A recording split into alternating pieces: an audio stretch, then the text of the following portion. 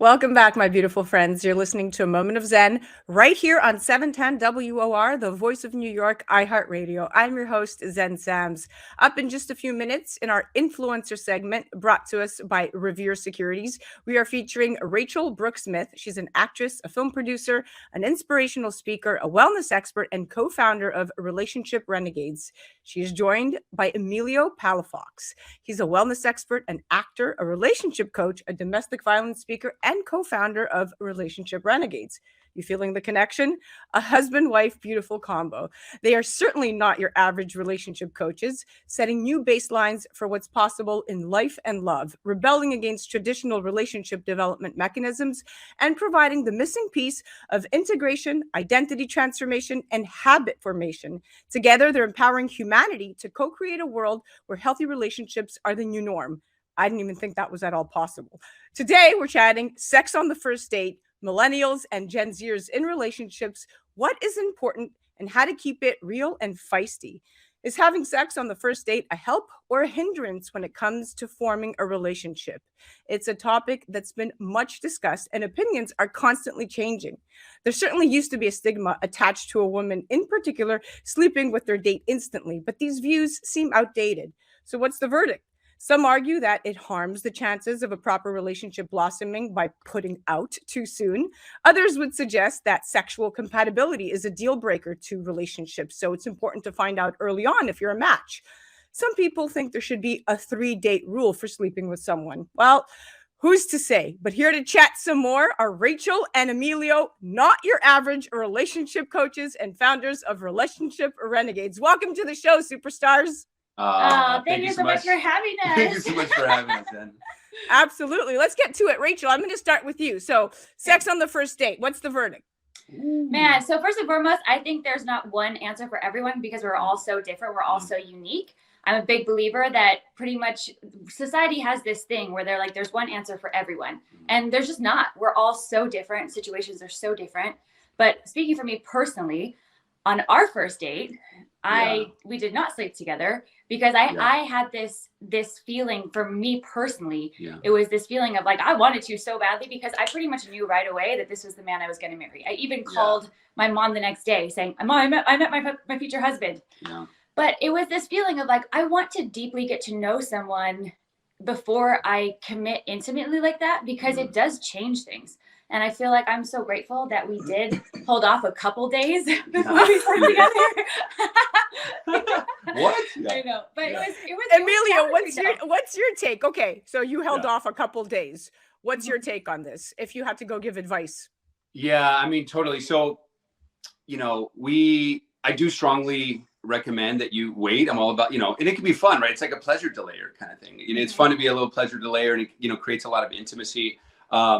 I think there is no right or wrong answer. I think a lot of people these days, because of society and societal norms, it's just kind of like casual, just like you sleep with each other. It's no big deal. And it's kind of a default right away. And so I think if people want to co-create the love and lifestyle they've always wanted, they have to do something different. Hence renegades. They have to choose differently, act differently, go against the grain. And so I think with that, there's new possibilities and new things that is not just like the mundane, same, repeating day that they've always experienced. So when you change things up, like life happens, love happens. And so also a lot of people these days, when they do choose, and let's say they do their default, like just sleeping with each other, because that's all their nervous system knows, they have a lot of guilt and shame around this. And that's the opposite of what we want, because guilt and shame just, send us in a downward spiral. We need to have loving kindness as we start to co-create the love and lifestyle we always wanted. That's very key. And so I think that's important to know. Yeah, and that was my second question. If there was previously a stigma attached to having sex on the first date, do you think it has been lifted or still exists to some extent? But in general, I mean, I'll let you both answer that in your own way. But, when you're talking about sex on the first date, in my opinion, the answer lies solely within the individuals involved. And you can enjoy sex on the first meeting if you're open, comfortable, and a consenting party to it. However, if you're doubtful about the concept of sex so early on, or you're uncomfortable with the other person, there's no need to rush into anything sexually. My advice is always to go with the flow, as long as it's within your personal boundaries. I don't believe in hard and fast rules about when the right time to engage in sex is, because everybody is different. So I agree with both of you. So let's go back to the stigma to having sex on the first date. Do you think it has been lifted, or do you still think it exists to some extent? Rachel, you could go first. I definitely think it still exists to some extent, for sure. But I also feel like it's the circles which you run in. I feel like we're each individually creating our own reality, and we all live in our different bubbles. And so if you were to go to one, city or circle of friends, it'd be like, no, that's not a stigma at all. But to another in a different city or state or kind of bubble, if you will, it would be. But I think it's important, like he had talked about, our personal perception, our personal rules, that each and every person needs to set their own boundaries, like what they feel good about, what they feel like is good for them, and to know that we're constantly learning and growing in life, and to get rid of this guilt and shame thing, because that guilt and shame puts us in, like you said, that downward spiral. And what we're trying to do is be renegades and help the world understand that when we come from that place of judging ourselves, beating ourselves up, feeling bad about our decisions, we're just making it worse. Just making it worse. When we can come from this place of like, look, I'm human. I'm just here to learn and to grow and to experience. And I think the number one rule, like how you win the game of life, is that you just keep learning and growing. If you don't keep learning and growing, well, then there's something to talk about. But yes, just always keep learning. That's very true. Emilio. And changing and adapting. And for Emilio, it's encouraging to see the younger generations embracing their freedom of sexuality and sexual fulfillment in ways that are challenging these classic norms. That's not for everybody. But to Rachel's point, I think it's the circles that you frequent. So the question becomes, do you think sleeping with someone on the first date, Emilio, can harm the chances of a relationship developing? I think, again, I think it really depends, like you said, on the individual. I can't, say that enough, because we're constantly co-creating our world, our realities. And so personally, I choose to say, it can harm, but you know what? I'm going to step back for a moment, because I think it just really depends. I mean, I think there is no right or wrong answer. Thinking makes it so. And so, you know what I mean? And so I think whether it's sex or whether it's whatever it is, it's always the right answer. Like, if someone gets triggered by something, by that sexual experience, then we believe that that's a gift, because it's going to lead something's resonating there that needs to be healed. And then, you go and find this book, find that person. It all happened because of this experience. So there is no right or wrong answer. Yeah. But I feel like, I don't want to think about it as like, will it harm it or not? I think if you're just coming from a loving place, no matter what decision you make, whether it's sex or another topic, if you're coming from love and getting into that state, and whatever comes from that, whatever decision that is, it's the right answer. And it's not about whether it caused pain or not, because people associate pain with the right or wrong decision. That's not the right answer. It's just, I think if you're coming from a loving place, whatever decision you make, know that you're on the right path, because it came from love. Yes. All right, good. So we have about 2 minutes left, and I want to get Rachel's thoughts in this. But a common misconception, Rachel, is that women in particular fear that men will think less of them for having sex on the first date. Is this true? I feel like it's more about what you think about yourself. That's what's most important, because you're the only person that has to live with you 24/7, 365 for the rest of your life.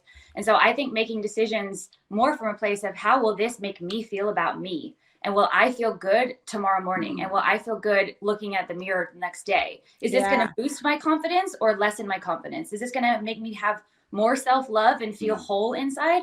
Or is this going to make me feel insecure and afraid and worried about what he thinks about me? So it's making decisions for you, not for anyone else. I love it. Emilio, how important is sexual compatibility? You have about a minute. Is it important to establish sexual compatibility early on? I'm going to say that chemistry lies, which is kind of a renegade thought. I think a lot of times just society and media are just focused only on that. And there's like a whole 360 approach. Like, I think finally I was so sick and tired of always choosing that and always choosing that. And it was like narrow focus. And I didn't think about the physical, the mental, the emotional, the energetics of it all, not just the chemistry. So I think it's important to really look at a broad spectrum, really 360. And I think pleasure delaying, like we were saying, and actually getting to know the person, if your goal is to find your love, your soulmate, if you will, then I think things do take time. good things take time. And so I think if we're just focused on one thing and one thing only, it can skew things. Sometimes I think sex can develop differently for different people. And I think because if somebody has a trauma, has something, because we all have trauma, we've all gone through something. And if we don't fix that, then we don't feel safe in the bedroom. We don't feel safe in certain situations. So if someone makes a judgment call right away on sex, oh, it's over. That could have been someone that could have developed very beautifully. But if you didn't get a chance to create a safe space within each other, help each other grow, help each other remove those roots, then it could have been the best sexual experience of your life, but you didn't give it a chance. So of course it's a deeper conversation, but I think like go 360, don't just focus on one thing, and make sure that you create a safe space, which is what we talk about, where they feel safe, seen, heard, and loved. And I think that is fertile soil for a great relationship. Amen. And with that, we are out of time. I want to thank you both for coming on. You are amazing. Rachel, Emilio, what a beautiful couple. And more importantly, I love the concept of relationship renegades and that you're out there triumphing through all of the stigma of relationships, don't last, or most marriages end up in divorce. But I love it that you're healing from within. Yes. Thank you so much for having us. Guys, you have to check out Rachele Brooke Smith and Emilio Palafox. Check them out on the gram at Relationship Renegades, and definitely check them out at rachelbsmith.com. You're listening to A Moment of Zen right here on 710 WOR, the voice of New York, iHeartRadio. We'll be right back after this. A Moment of Zen is brought to you by Revere Securities. Revere is committed to building a relationship of trust in which they work closely with you to help you define your objectives, explore alternatives, and choose the financial and investment strategies that are most appropriate for you. Go to reveresecurities.com. Welcome back to A Moment of Zen, my beautiful friends. You're listening to the relationship experts right here, Emilio and Rachel, and we are talking about what are your thoughts on having sex on the first date, the difference between millennials and Gen Zers, and how to keep it feisty and fresh. All right, so we just came back. We were talking about a common misconception is that women in particular fear that men will think less of them having sex on the first date. Rachel so eloquently answered it. Of course, guys, in some cases, it's because of the previously mentioned unequal views society carries about men and women's sexual expression. And this is another reason why talking about sex before engaging in it is so important. And also to remember to approach sex in an empowering manner so that no matter what someone else thinks about you afterward, you still feel good about your decision to fulfill your sexual desires because it's your right to do so in a safe and consensual way without shame or guilt. That was the sum up of what our dear friend Rachele Brooke Smith just advised us on. Now, how important is sexual compatibility? We covered that with Emilio. Of course, that question is also individual, but it's extremely important. At the end of the day, sexual compatibility can definitely enhance the sexual experience within a romantic relationship, but it's only one component of sexual satisfaction. Other factors that contribute to great sexual interaction include physical, spiritual, mental, psychological, and emotional connections, which each includes subsets of even more facets. So it's very important to understand your emotional integrity at that point. And these can all be improved separately in various ways to increase pleasure and fulfillment between lovers. I know that at Relationship Renegades, that's what they do. Emilio and Rachel are really hands-on, and they set a great example. All right, now we're talking about how to keep it real and feisty. Millennials, born 1981 to 1996, Generation Z, 1997 to 2012. Those are important birth years, colloquially known as Zoomers, right? It's a demographic cohort succeeding millennials and preceding Generation Alpha. And researchers and popular media use the mid to late 1990s as starting birth years and the early 2010s as ending birth years. So most members of Gen Z are children of Gen X. Now, studies found Gen Z prioritizes financial independence. Gen Z also seeks career stability before marriage. And the average age Gen Z wants to get married is 27. Emilio, what are your thoughts on this? Is this very different from the millennials' focus? So if Gen Z prioritizes financial independence, stability, getting married at 27, I think that's great. I think there needs to be a solid foundation for, building a skyscraper of your relationship, if you will. I've talked to various, millennials, and even though there is kind of like a theme with it, it's so different. And so I've heard various things, quite honestly, with millennials in our conversations on our radio show. But do you have a particular, maybe like top three that you just mentioned for Gen Z that we can go back to back on for them? Well, I mean, look, financial stability Mhm. is extreme. What I'm a millennial, and Yeah. financial stability has always been a top priority for me before even tying the knot. Mhm. Rachel, Yeah. what are your sentiments Yeah, on I that? think the biggest thing is like, I mean, I'm a millennial, and we got married when I was 34. So, and the biggest thing for me was, and the one of the best pieces of advice that my mentor gave me, I was having all these problems in relationships, and I asked him, like, why do I keep ending up in these same situations where I'm trying so hard with these guys and it's just not working? And he was like, because you're not asking the right questions at the beginning of the relationship. And he was like, you need to go after and be with people who are being who they want to be in the world, how they want to be in the world. And if you're dating anyone before that, then you don't really know that person because they're not who they want to be yet. They're still on their grind. They're still on their hustle. And I think, they've done so many studies, and one of the main problems in marriages is financial stuff. And so if you can both beforehand feel really good about your financial health and and have a good relationship communicating about finances and sharing finances and doing whatever that is, I think that cuts out one of the biggest problems in marriages. And so I think it's awesome. I think when I was 20 to 30, like, I didn't know who I was still trying to figure it out.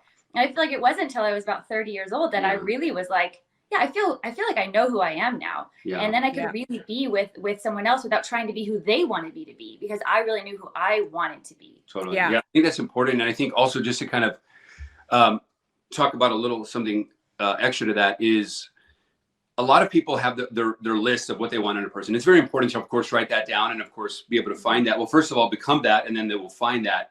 But a lot of times people will right off the bat, like, and red flags are important. But a lot of times, like Rachel said, if they know what they want, if they're present, they have a purpose, and they're going after it. A lot of times people are like, okay, they're not making six figures, they're not making seven figures. But if the communication is there of like, look, these are my values, this is what's important to me, this is what life is asking of me right now, and having that safe communication, then we know so many great leaders that are now making seven figures plus, but they started off like in a very chaotic situation, but they had that space where they felt safe, seen, heard, and loved with each other. And they were able to then become financially independent with both of them themselves. And I think sometimes people just right off the bat don't give anybody a chance. But if there's communication there, I think something can really blossom from there. So I think there's two sides of the coin. And trust. But, I think trust is a big thing. The trust has to be there. Yeah, it's extremely important. Now, do you, both of you, I want both perspectives here, but when we look at the differences really between the Gen Z and millennials, and you talk about Gen Z prioritizing financial independence, so do millennials. Gen Z seeking career stability before marriage, so do millennials. The average Gen Z, right, we said wanted to get married at 27. The average millennial, that's about 32 to 34. So you're right on point when you got married. A lot has changed in the relationship structure, I think, in the last, I want to say, decade. Approaches are very different. Emilio, from your perspective, do you think that it is best to wait before having children and getting things in order between a couple? Or do you think the norm of how the baby boomers saw it still has precedence in American standards? I think waiting is a very beautiful thing, just with anything, taking some time to get to know yourself a whole lot better, the other person, the world around you. I think there's so many relationships. There's a quote that says the quality of your life is based on the quality of your relationships. And a lot of people don't prioritize that, especially with the relationship with themselves. A lot of people are building real estate out there and building their external worlds, and they're not building their internal real estate.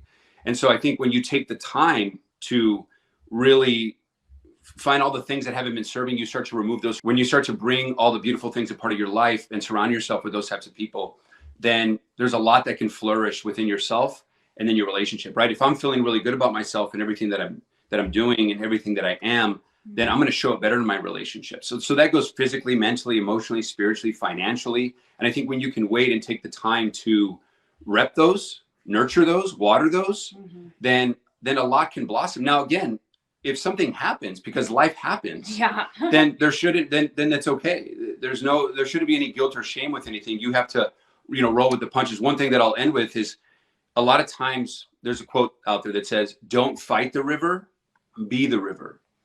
And so a lot of times, life happens and they're trying to like swim up shore and try to do something, and life's saying, no, go right. Like, you just had a baby, things are changing. Like, just flow with the river, right? There's a storm in Florida, right? Or, the whole thing in Florida. Well, there's a lot of trees that break in those storms when life happens, if you will.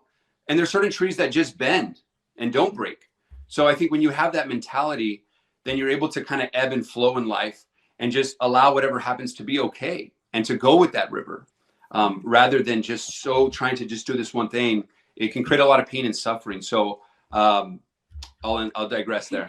All right. Well, we're out of time, but thank you so much for coming on. It was a great segment. Rachel, thank you for gracing us with so many wonderful answers from a woman's perspective. And Emilio, of course, always a pleasure hearing the man's perspective. You guys are such a nice balance. I thank you for coming on. Yeah, thank you so much, Thank you so much for having us. Guys, definitely check them out at Relationship Renegades. That was Emilio Palafox and Rachele Brooke Smith. Check her out on her website, rachelbsmith.com. You're listening to A Moment of Zen right here on 710 WOR, the voice of New York, iHeartRadio. We'll be right back after this.